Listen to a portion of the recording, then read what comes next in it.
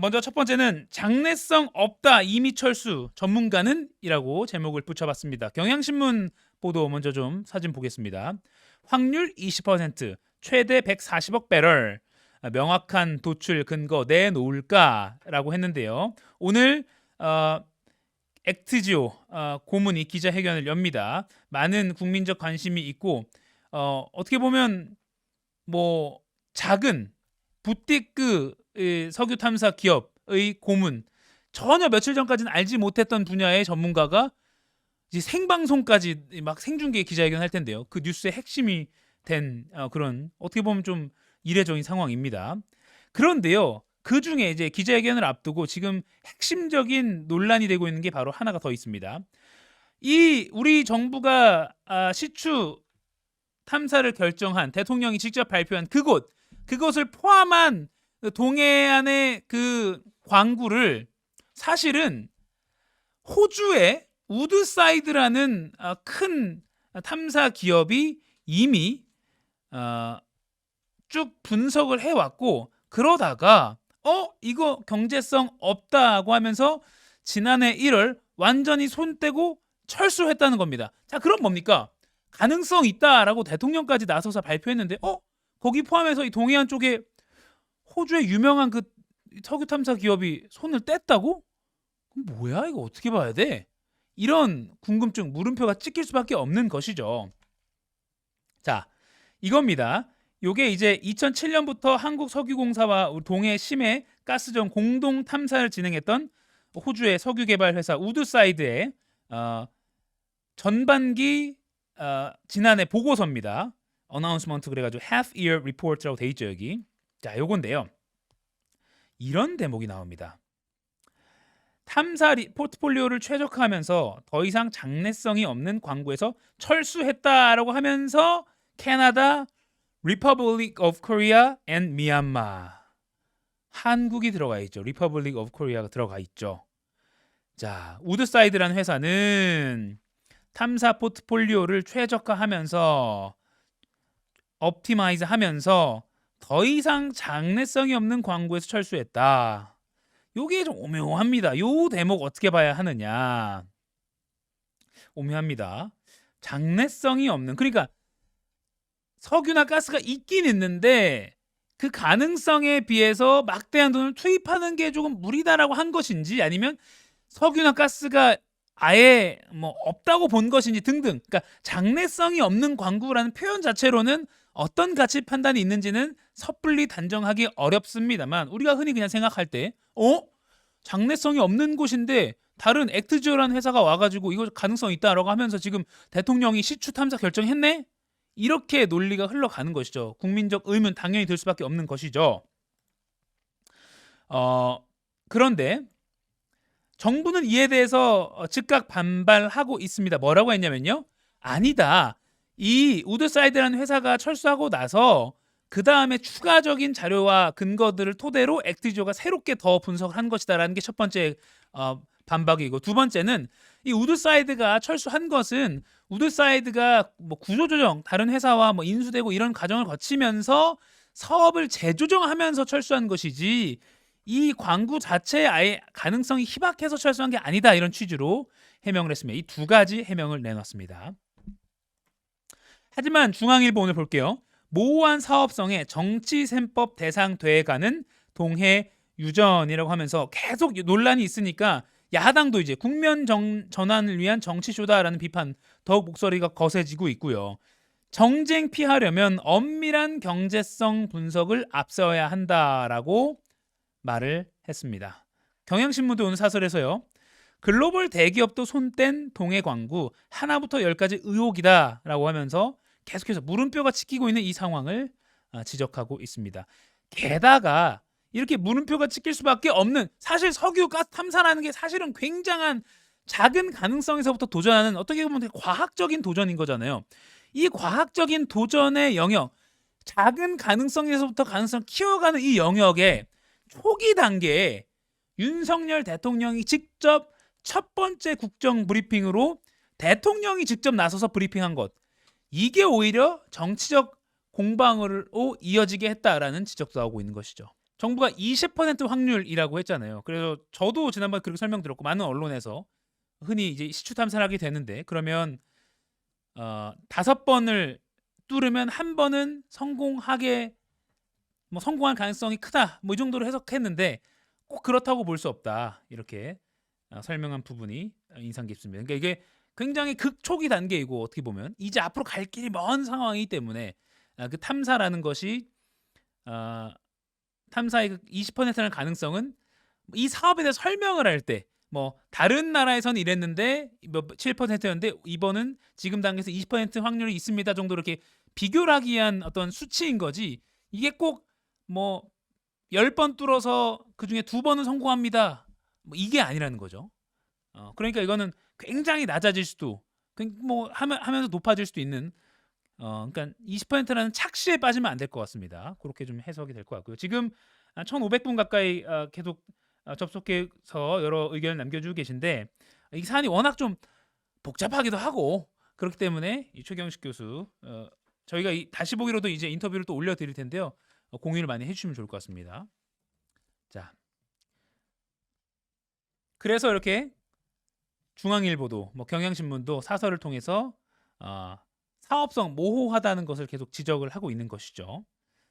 자, 그리고 또 하나 대통령이 직접 언급했다는 점도 오히려 리스크를 키우는 것 아니냐라는 지적도 나오고 있습니다. 그 전에 글로벌 신용평가사 S&P가 리포트를 내놓은 게 있는데 이거 잠깐 좀 볼게요. 정부의 발표 직후에 나온 리포트입니다. 화면 띄워주세요. S&P가 South Korea unlikely to change major crude importer status despite potential oil discovery 그렇습니다. 그러니까 뭐냐면 이제 뭐 여러 경제 투자를 하는 데 있어서 인사이트를 제공하는 그런 리포트인데요. 그러니까 많은 분들이 홈페이지에서 보죠. 뭐 경제나 무역 관련하는 분들이 흔히 찾아보는 저도 그냥 인터넷에서 구글링하면 나오는 그런 리포트입니다. 세계적인 신용평가사 S&P가 내놓은 일종의 분석인데요. 한국 원유 발견 가능성에도 주요 원유 수입국 지위 변동 없을 듯이라는 제목입니다. 그러니까 이건 이제 그 트레이드 무역의 관점에서 윤 대통령이 발표한 직후에 한국이 원유 굉장한 주요 수입국이니까 많이 수입하는 큰 손이니까 그 시장에서는요. 그게 영향이 있을까? 아니다. 없을 거야 당분간은 이렇게 전망을 한 리포트입니다. 왜 당분간 주요 원유 수입국 지위에서 변동이 없을까? 뭐 요약하면 이거죠. 탐사 시추 이거 이제 승인 난 거고 앞으로 갈 길이 많다. 그러니까 당분간은 무슨 극적으로 한국이 갑자기 자력으로 이제 석유를 생산하는 나라가 됐으니까 확 수입을 줄일 거야. 이거 아니라는 거를 내놓은 리포트고요. 전반적으로 읽어보면 뭐 이현주 민주당 의원 저희 오대영 라이브에서 인터뷰했던 내용도 여기 인용이 돼 있고요. 뭐 신문 보도나 또는 관계자의 전원 등등 그러니까 무슨 아주 심층적인 정부가 내놓은 그 포항 영일만 앞바다의 그 프로젝트 자체를 심층적으로 막 근거를 가지고 따져본 것은 아니고 윤 대통령의 발표 직후에 그냥 언론 보도나 또 경제계 산업계 관계자들의 분석 등을 담은 어떻게 보면 약간 긴급 리포트라고 볼 수 있습니다. 제가 좀 주목한 부분 대목은 뭐 이런 건데요. 여기 보면은 앞에 윤 대통령의 발표를 소개했고요. 그 다음에 were cautious not to get excited라고 했어요. 그 뭐냐면 매장량 잠재 연구 및 탐사 성공률은 성공률 자체가 매우 낮기 때문에 이 우리나라 정유산업 관계자나 또는 뭐 아시아에 있는 관련된 트레이더, 그러니까 원유 무역 관계자들은 이 한국 정부가 말한 이 프로젝트에 너무 막 흥분하지 않으려고 조심스러워하더라 이런 분위기다라는 겁니다. 실제로 일부 언론에 소개를 했는데 만약에 우리나라 윤 대통령이 직접 발표한 뭐 20% 성공 확률 이 정도의 기대감 우리가 지금 체감하는 이 정도의 기대감이라면 뭐 블룸버그든 뭐 뉴욕 타임즈든 뭐 파이낸셜 타임즈든 뭐 이런 무역을 하는 뭐 투자를 하는 이런 사람들이 많이 보는 해외 언론 매체에 굉장히 떠들썩하게 나와야 되잖아요. 그런데 별로 그렇게 언론 해외 외신에서 주목하고 있지 않거든요. 왜냐면 당연한 겁니다. 왜냐면 그냥 시추 승인 단계 정도면 뭐 단신 정도 처리된 거. 뭐 우리나라 산업통상자원부가 발표를 했으니까 그 발표에 대한 단신 정도 나간 수준인 거지. 나중에 정말 시추 탐사하고 정말 이제 사업성까지 다 어, 탐색을 해서 정말 이거 이제 파이프 꽂아서 뽑아낸다. 그리고 양이 어느 정도다 확정 정도 돼서 한국이 이제 원유 수입국 정말 많이 수입했던 그 주요 국가인데 그 지위가 흔들릴 정도로 이만큼 양이 이제 확인이 돼서 자력으로 생산하기 시작했답니다. 이 정도 보도할 정도가 되면 이제 외신에서 뭐 블룸버그든 뭐 CNBC든 이런 데서 주목을 하는 것이지. 지금 요 정도 단계, 그러니까 아직 얼마가 들어있는지도 그냥 간접적으로 추정인 것이지 정말 뚫어서 확인도 안 한 상태에서 외신, 뭐 주요 경제 매체가 주목하지 않는다는 것이죠. 그거를 S&P는 이렇게 분석한 겁니다. 세계적인 글로벌 신용평가사 South Korea's refining industry and crude traders across Asia were cautious. 주의한다는 거예요. 뭐 하러 주의한다? Not to get excited. 너무 흥분하지 않으려고 주의한다는 거예요. 저도 이제 어제 전문가들 여러 명 접촉해 보니까 뭐 교수님들이나 이런 분들이 이거 외신에서는 별로 크게 주목하지 않고 있다. 왜냐면 원래 그런 거다. 원래 이 정도 단계에서는 기사화 될 것도 아니다라는 거예요. 근데 우리는 왜 지금 이걸 기사화하고 있는 거죠? 저는 왜 뉴스드라곤 이걸 말하고 있는 거죠? 왜? 정치적인 맥락에서 이제 이게 뉴스화가 되고 있다는 것이죠. 혹시나 다른 의도가 있어서 국면 전환용으로 이거 발표한 거 아니야?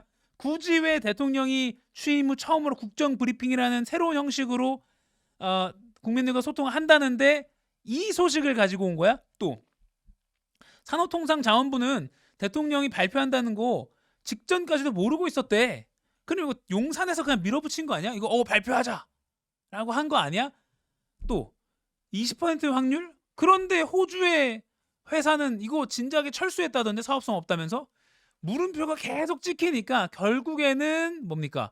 최상병 특검, 김건희 여사 특검 이런 거 국면 전환하려고 하는 거 아니야? 라는 물음표로 이어지는 것이죠. 그럼 정말로 그냥 에너지, 환경, 퇴적 지질학적인 뭐 석유 이런 시장 관점에서 보면 사실 이거는 지금 이 단계에서 이제 한국 정부가 시추 탐사 승인했다. 요 한 줄 정도의 단신도 나갈까 말까 한 정말 극초기 단계의 상황이라는 것이죠. 그래서 S&P도 다시 한번 말씀드리지만 이 프로젝트에 흥분하지 않으려고 조심스러워했다라는 분위기를 굳이 전한 겁니다. 그리고 또 하나 소제목을 요거 단계 또 재밌어요.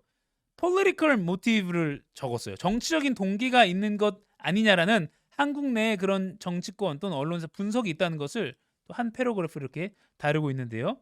보면은 이원주 의원의 코멘트도 나오고요. 또 뭐 여기 나옵니다.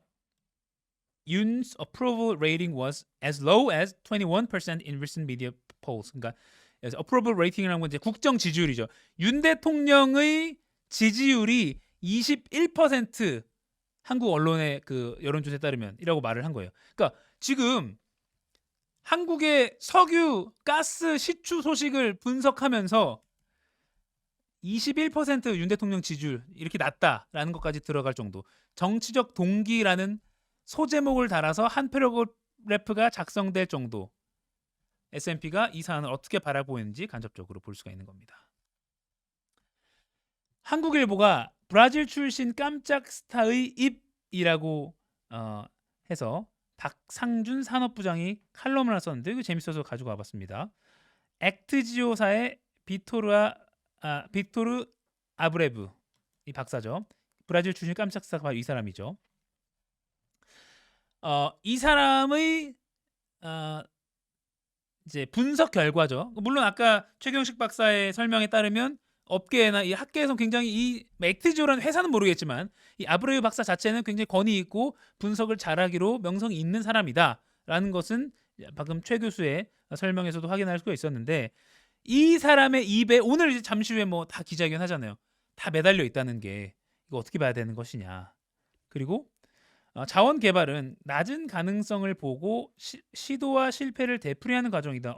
그러니까 이게 실패를 하더라도 뭐 누구를 지탄할 수는 없는 것이죠. 그냥 작은 가능성에 도전하는 것이니까 어떻게 보면 굉장히 개척자 정신으로 굉장히 아름다운 과학적인 성취와 탐사와 또는 실패를 용인해야 되는 것이고 이런 그냥 과학적인 어떤 과정인 것이잖아요. 그런데 문제가 제기되는 것은 바로 또 이겁니다. 경제적 가치도 확인되지 않은 설익은 상태에서 대통령이 직접 나섰기 때문이다. 이 부분을 제가 주목하고 싶은 겁니다. 그러면서 지금 국민들이 계속 불안감 또는 피로감 느끼는 게 뭡니까? 1번 조건부 운전면허. 그 어르신들 운전면허 뭐 저기 반납하고 뭐 이런 정책을 섣불리 내놨다가 다시 유예화됐죠. 두 번째 KC 미인증 해외 직구 금지. 이런 정책 혼선이 있잖아요. 뭐 이거 정책 내놓다가 이거 갑자기 뭐 국민 여론 지탄받고 다시 그게 아니었어요. 뭐 제대로 그거 정부가 합의된 거 아니었지 이러면 다시 주워 담는 거. 이런 게 계속 있으면서 국민들의 피로 지수를 높인 데다가 윤 대통령의 국정 지지율이 취임 후 최저치를 기록하고 있어서 이번 발표에 대한 신뢰도는 낮을 수밖에 없는 노릇이다. 이렇다 보니 많은 이가 아브레오 고문과 액트주의 이력을 따져보며 물음표를 달고 있다. 이렇게 한국일보 박상준 산업부장이 칼럼을 쓴 겁니다. 자, 유독 큰 혼란이 일어나고 있는 것. 제가 앞서 말씀드린 대로 그리고 최경준 아까 최경식 박사의 말대로 아브레우 박사가 뭐 명성이 있는 사람이고 그리고 원래 그냥 시추 탐사하고 작은 가능성에서부터 도전하는 게 이런 과학적인 과정인데 왜 이렇게 물음표가 찍히느냐? 설익은 단계에서 윤 대통령이 발표했기 때문이다. 이렇게 박상준 한국일보 산업부장은 칼럼에서 지적하고 있습니다. 조선일보 박성희의 커피하우스라고 해서 이화여대 교수인데요. 박성희 교수가 또 대통령은 무슨 말을 언제 어떻게 해야 할까라고 해서 또 대통령의 지난 직접 발표에 대한 또 비판적인 칼럼을 실은 게 있어서 가지고 와봤습니다. 용산 대통령 질의 이른바 0일만 리스크를 추가하게 된 꼴이 됐습니다. 여러분 어떻게 생각하시는지 의견 달아주시고요.